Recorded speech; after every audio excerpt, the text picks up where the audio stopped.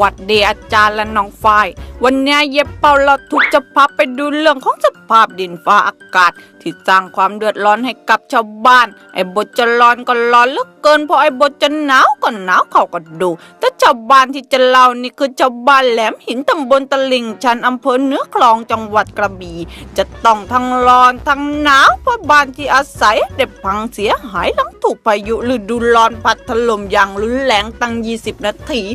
โดยพัดพาเอาหลังคาปิวว่อนเป็นรูโหว่แล้วก็แตกกระจายละเนระนาดซึ่งโชคดีงานเนี้ยไม่มีใครได้รับบาดเจ็บแต่อย่างว่าแหละตอนเนี้ยชาวบ้านเขาก็เดือดร้อนเพราะกลัวว่าจะเจอพายุลูกใหม่เข้ามาซ้ำอีกเลยอยากวอนหน่วยงานที่เกี่ยวข้องเขาช่วยเหลือเบื้องต้นเห็นว่าทางอบต.กำลังสรุปความเสียหายและให้การช่วยเหลืออยู่ยังไงทางเย็บเป่าและทีมงานเรื่องเล่าชาวบ้านก็ขอจะช่วยชาวแหลมหินด้วยว่าให้ซ่อมแซมบ้านก่อนพายุลูกใหม่จะเข้ามาซ้ำเติมอีกละลอก